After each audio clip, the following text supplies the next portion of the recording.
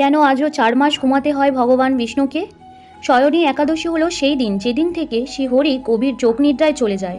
এর পেছনে একটি বড় রহস্য রয়েছে। যখন বামন রূপে শ্রীহরিকে রাজা বলি 3 পদভূমি আনন্দ সহকারে দিয়েছিলেন, তখন রাজা বলির দয়ালু মনোভাব এবং ভক্তি দেখে শ্রীহরি রাজা বলিকে বরদান চাইতে বললেন।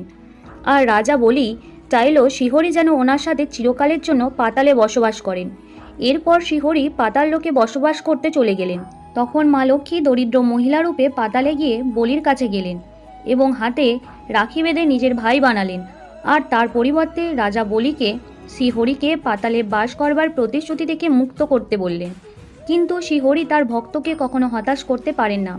তাই শ্রীহরি রাজা বলিকে আষাঢ় মাসের একাদশী থেকে কার্তিক মাসের একাদশী পর্যন্ত অর্থাৎ 4 মাস ওনার সাথে থাকবার প্রতিশ্রুতি দিয়েছিলেন।